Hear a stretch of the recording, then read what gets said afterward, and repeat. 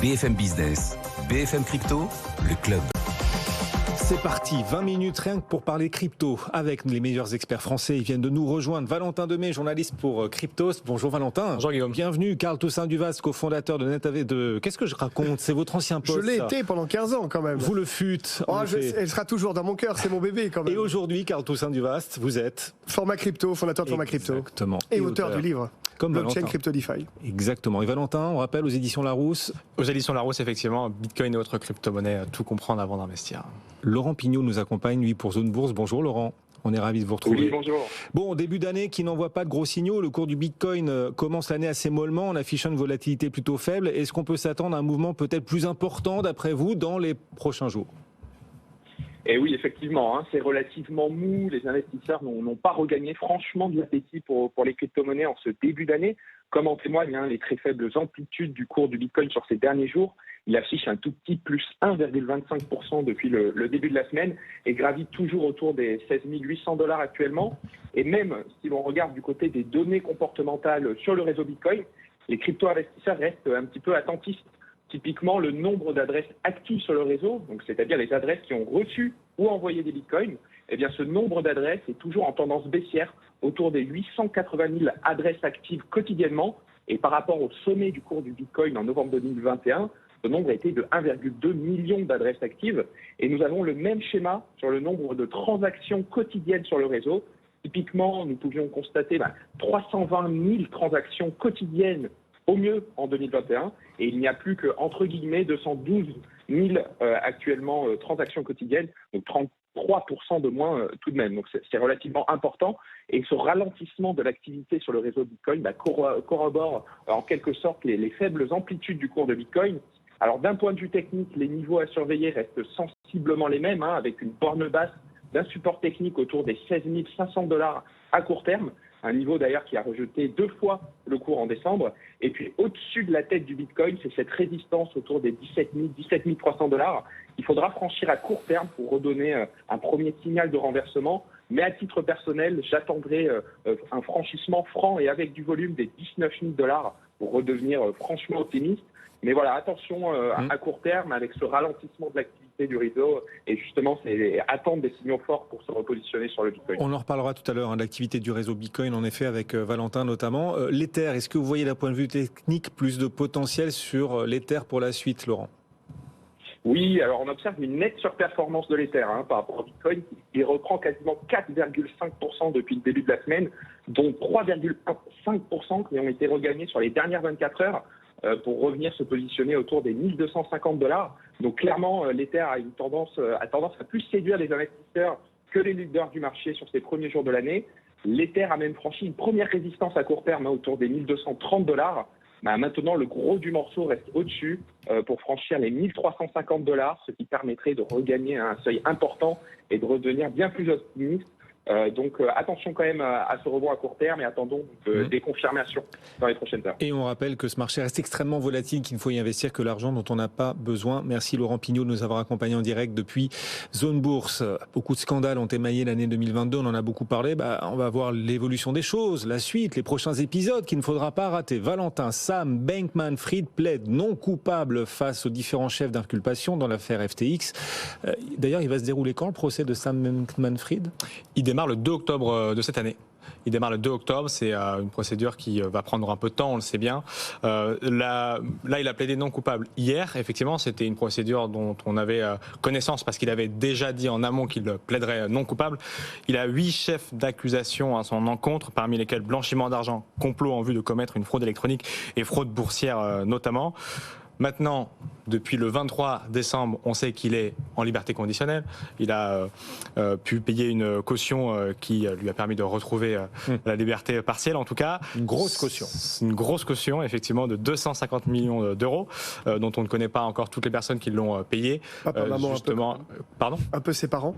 Un peu ses parents, effectivement, mais il y a deux personnes qui ne sont pas notifiées et qui souhaitent rester justement secrètes. Ce qu'on sait, c'est quand même que le juge a autoriser cette liberté conditionnelle. De nouveau, celui qui a jugé dans l'État de New York, si je ne dis pas de bêtises hier, cette affaire, mais qui demande quand même à ce que SBF n'ait vraiment pas accès à quoi que ce soit qui touche auprès de FTX et d'Alameda Research, qui étaient donc ces deux sociétés, parce qu'on a vu encore il y a quelques jours des mouvements suspects sur les adresses détenues par la plateforme.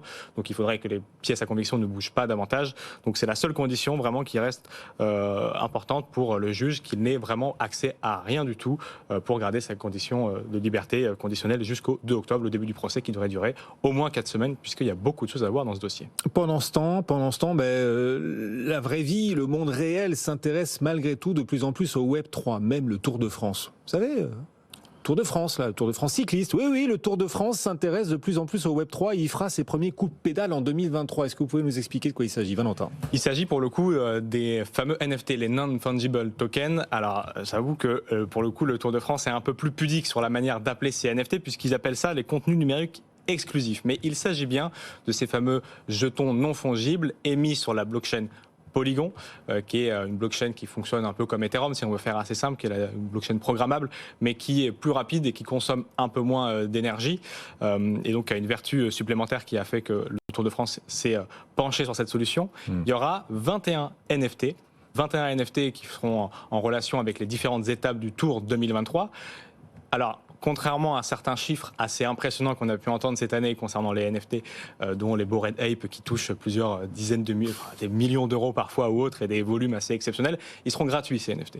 Ils seront gratuits, ils pourront être remportés grâce à des défis et des jeux, et ils permettront pour ceux qui en collectent suffisamment d'accéder à des étapes, dans les étapes du Tour de France, à certaines expériences un peu privées. On retrouve bien ici l'avantage des NFT, ou en tout cas une partie de leur promesse, qui est le côté collectionnable d'un point de vue numérique et impossible à dupliquer, mais aussi le côté vie réelle où on peut retrouver grâce à celui-ci une forme de ticket pour accéder à des expériences exclusives.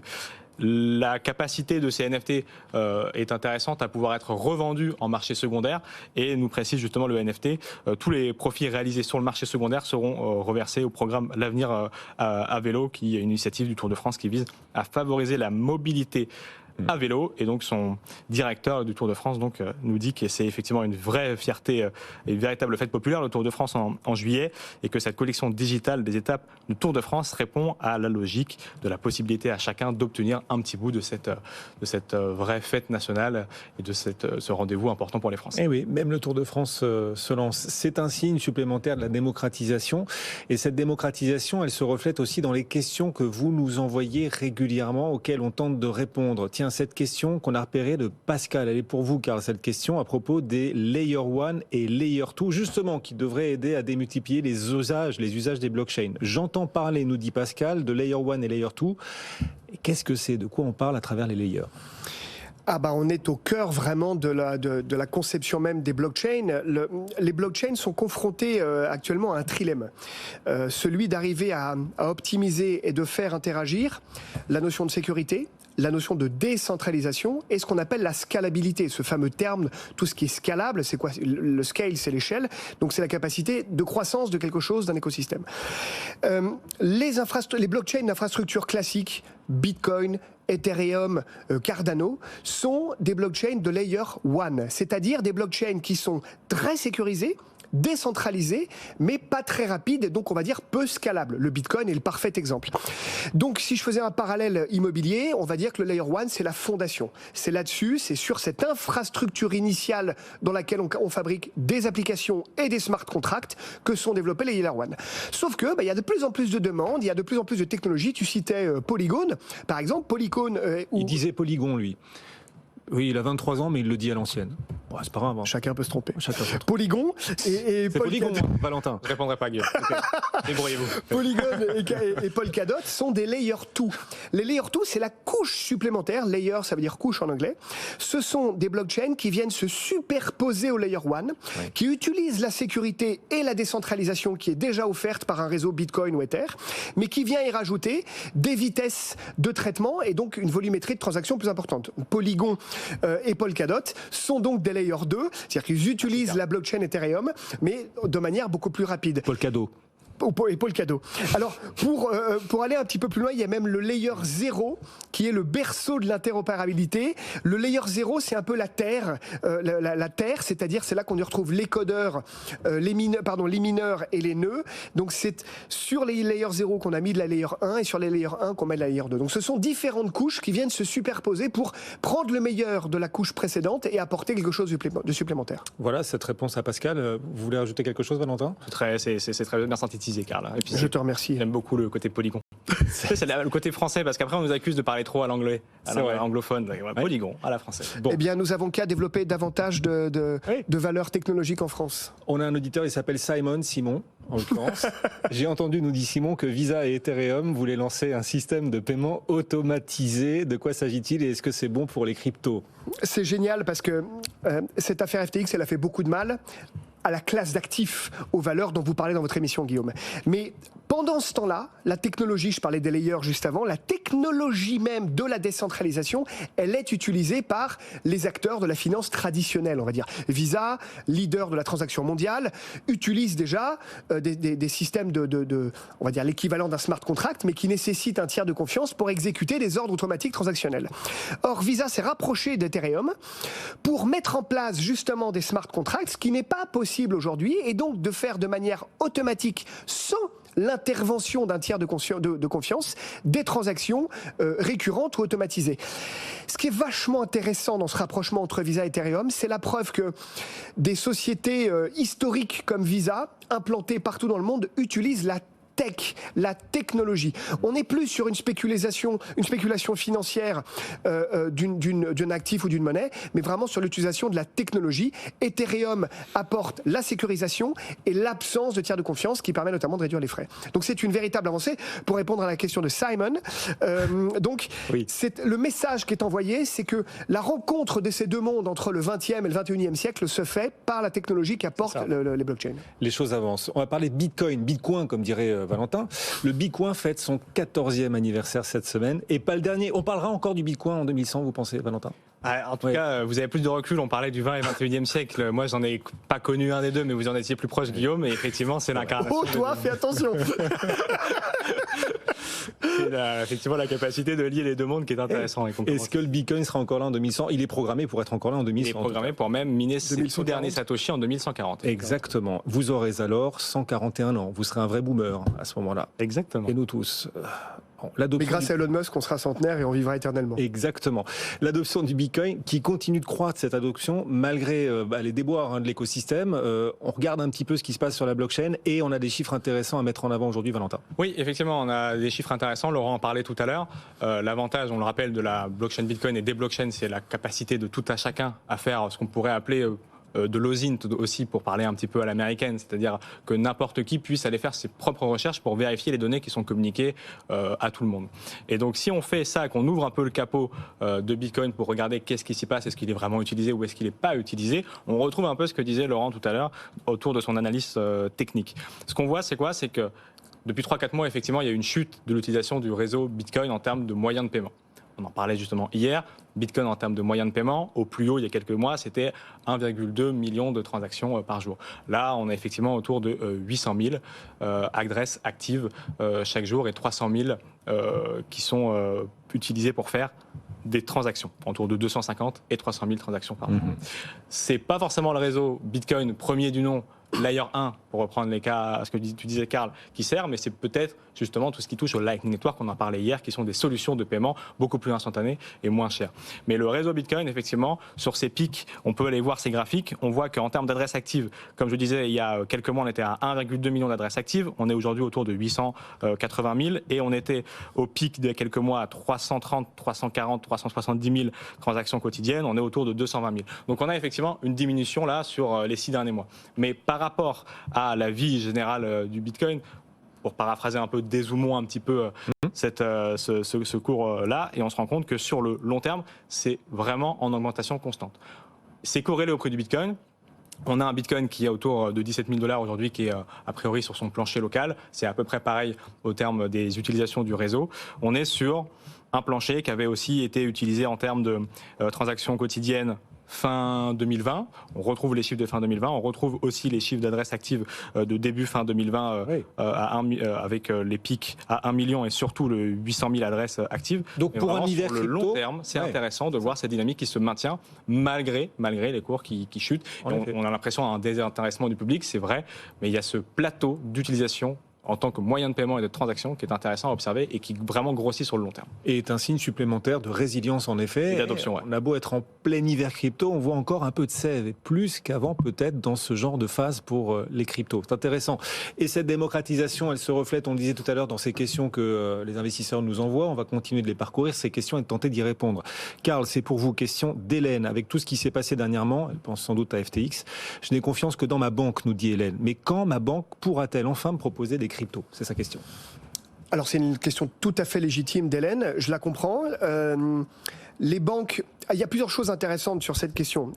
Les banques américaines, il y en a déjà plusieurs, il y en a une quinzaine je crois, qui proposent déjà l'accès à l'investissement en direct en crypto-monnaie à leurs clients. Donc on peut se donner le pouls un petit peu de cette tendance outre-Atlantique. Les banques aujourd'hui sont partagées entre le côté un peu dangereux du sujet, donc elles y vont avec parcimonie et chaque banque de détail va y aller progressivement en gré de leur décision de la direction. La Société Générale en septembre, je vous en avais parlé quand j'étais venu sur votre plateau, a en catimini de manière assez discrète, par l'intermédiaire d'une de ses filiales qui s'appelle Forge, propose à ses clients la possibilité d'y aller. Mais on y va avec l'air de pas y aller en fait, parce que c'est encore un peu tabou. En revanche, information qui est vachement importante, le comité de Bâle. Vous savez, Bâle et Solvency, ce sont ces organes qui régissent les normes prudentielles pour les assureurs et les banques. Le comité de Bâle s'est réuni dans les bureaux de la BRI, donc c'est non pas la brigade de répression, mais c'est la banque des transactions internationales, des règlements internationaux, et qui a statué qu'à compter du 1er janvier 2025, les banques pourront détenir jusqu'à 2% de leurs réserves en crypto-monnaie. Elles auraient préféré 5, ce sera 2. Exactement, elles auraient préféré 5, ce sera 2. Probablement qu'FTX était passé par là, donc on y allait mollo. Mais qu'est-ce que ça veut dire? Ça veut dire qu'un des éléments déterminants de la probité, de la blancheur et de l'accessibilité de cette classe d'actifs à proposer aux clients est dépendante aussi de ces événements un peu parallèles. Pour info, ça c'est intéressant, si les 2% des réserves des banques étaient convertis au niveau du marché actuel en crypto-monnaie, ce serait 3 000 milliards. Pour rappel, c'est l'ATH de 2021. C'est intéressant cet indicateur. Ouais. Si on convertissait 2% de réserves des banques, ce serait l'équivalent de la capitalisation maximale que le marché des cryptos a connue. Ça nous laisse à penser un potentiel intéressant. C'est vrai. Et en même temps, un risque systémique plus grand en cas de futurs hivers crypto, de futures fortes baisses des cryptos, si le secteur bancaire est davantage exposé. Attention. Je me doute bien qu'on ne sait pas encore quel type de crypto-monnaie. Le Bitcoin peut-être, oui. Il y a des crypto-monnaies dans lesquelles on ne pourra probablement pas compenser nos réserves. Cette question de Daniel, il a vu l'arrivée du chat GPT, dont nous parlait d'ailleurs Valentin aussi il y a quelques semaines. Vous étiez sceptique à l'époque, Guillaume. J'étais à cette place-là même et on se moquait de moi. Oui, vous l'aviez mal vendu. Je me souviens. Alors je l'ai essayé. On va voir si c'est meilleur. On a tous essayé. Ce chatbot, donc GPT, l'intelligence artificielle, quel risque, nous demande Daniel, pour la sécurité de mes cryptos sur mon cold wallet? On dit que les ordinateurs quantiques pourraient hacker nos wallets. Alors, 15 secondes pour expliquer la différence. Nos ordinateurs aujourd'hui fonctionnent avec les fameux bits 0 et 1, d'accord? Et quand vous faites une requête sur un serveur, par exemple, eh bien l'algorithme va aller interroger toutes les combinaisons possibles les unes après les autres. Ça, c'est notre ordinateur actuel. Évidemment, plus le processeur est rapide, plus ça va vite. L'ordinateur quantique part du principe de la physique quantique qui dit qu'une particule, en l'occurrence une information ou une donnée, peut être à plusieurs endroits et en plusieurs états au même moment. Et ça veut dire que contrairement à l'interrogation successive de toutes les combinaisons de 0 et de 1, l'ordinateur quantique superpose toutes les combinaisons en un clin d'œil. Donc quand vous allez demain sur Spotify demander une musique, il interrogera instantanément de manière comme un sandwich superposé toutes les combinaisons possibles. En théorie donc, mon cold wallet qui a mes 24 mots-clés, vous imaginez les probabilités pour réussir à trouver les 24 mots dans l'ordre. En théorie, l'ordinateur quantique serait capable. Bon, maintenant je rassure notre auditrice et spectatrice. Daniel, c'est un homme. Daniel, c'est un Désolé, homme. Ce monsieur, ça va prendre 20, 30, 40 ans. Rappelez-vous que la puissance de calcul qu'on a dans nos smartphones aujourd'hui, c'était celle qu'avait la NASA il y a 70 ans. Ça a mis du temps. Et n'oublions pas que l'histoire de la civilisation les outils de défense sont construits en fonction de l'avancée de l'attaque. Donc le bouclier, il était en bois quand on se tapait dessus avec des morceaux de bois et on a évolué. Je fais confiance à des sociétés comme Ledger pour être quantique-proof au moment où les ordinateurs auront la puissance de calcul. Dormez tranquille, Daniel, c'est pas demain qu'on va se faire hacker nos cold wallets avec un ordinateur quantique. Merci messieurs. Non mais Valentin, vous l'aviez super bien vendu le ChatGPT. On l'a testé depuis, c'est vrai que c'est assez bluffant. Vous avez essayé? Ouais, vous avez demandé à ChatGPT. Non, c'est impressionnant. Et on encourage tous ceux qui nous regardent et qui il faut y aller à regarder, c'est impressionnant. ChatGPT, c'est incroyable. Alors je lui ai demandé hier le cours du Bitcoin fin 2023, il m'a dit je n'ai pas assez d'éléments pour répondre. J'ai arrêté de lui parler, je suis fâché. Guillaume lui a demandé sa date d'anniversaire pour voir s'il pouvait la reculer un peu, mais a priori il n'arrive pas non plus. C'est pas encore au point. Notez bien le 15 janvier, l'anniversaire de Valentin de mai. 15 janvier prochain, il aura 24 ans. Merci messieurs de nous avoir accompagnés. À bientôt Guillaume, merci. Merci beaucoup Carl Toussaint Duvas, donc format crypto. Et merci à Laurent Pignot qui nous accompagnait pour Zone Bourse. Dans un instant, on se reconnecte à la séance du jour sur les marchés. Quelle pêche d'enfer sur les marchés. Les indices actions en Europe ont gagné à nouveau plus de 2% aujourd'hui sur le CAC. On s'en reparle juste après la pause. À tout de suite.